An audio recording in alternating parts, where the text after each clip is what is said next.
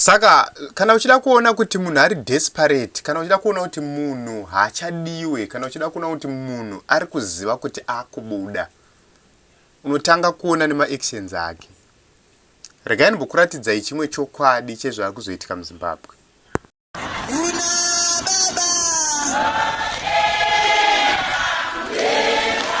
Rufaro kwamuri.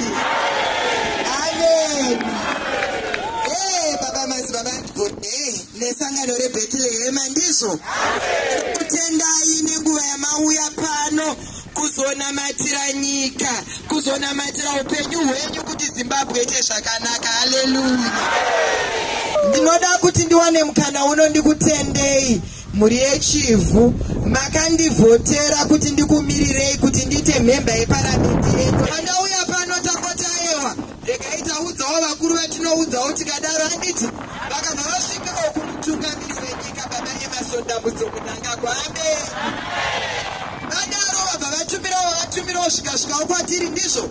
Zvikanzizvoni kana moenda ipapo moenda munondipirawo mhuri iyoyo yeBethlehem masidzi emagadheni kuti munhu wese aende anorima kumba. Amen.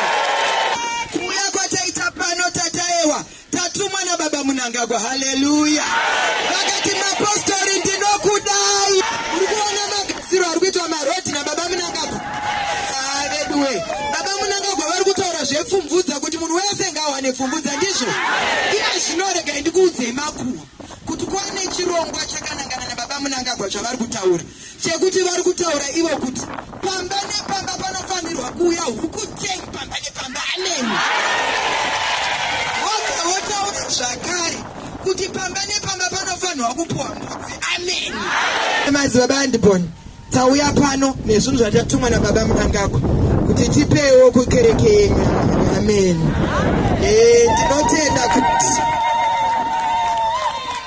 tauya pano tauya tikatungamirwa namazi baba Goti vakauya kuti svike pano neutungamiri watauya. Ukaona vote buying yasvika pamalevels akadai so zvakunyadzisa.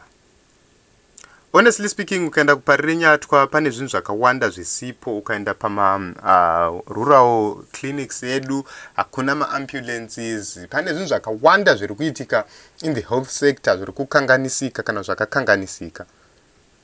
But our leaders vanowana mari yekuenda kunopa mapostori, kunobhadhara mapostori nekunofadza mapostori.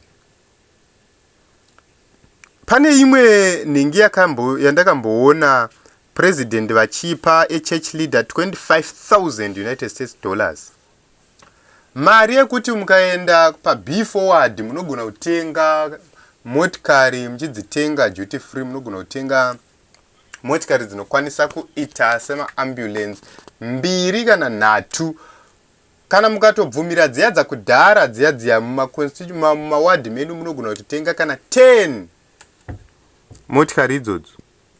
Dzekungoti chete vanhu vakwanise kuti arwara omhanya kuchipatara, arwara omhanya kuchipatara chete. But they don't care. Even dziri kuraswa kuna naJapan uko. Kungoti right wakomana chitorai henyu dzese 100,000 chitorai dzese dzamuri kuda dzingopinda mumawadi tingoziva kuti tine motikari inogona kutakura munhu. They will never do that.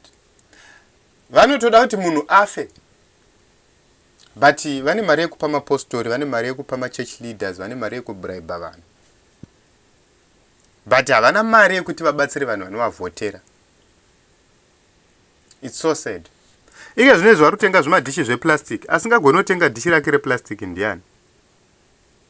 Unotenga madhishi emaplastic woenda unopa vanhu, asingagoni kutenga dhishi replastic mukore uno ndiani? It shows kuti varume ava vana hanya nevanhu.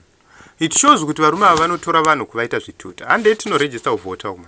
Because tikasadaro this kind of thinking nevarume ava tichapera tese munyika yeZimbabwe.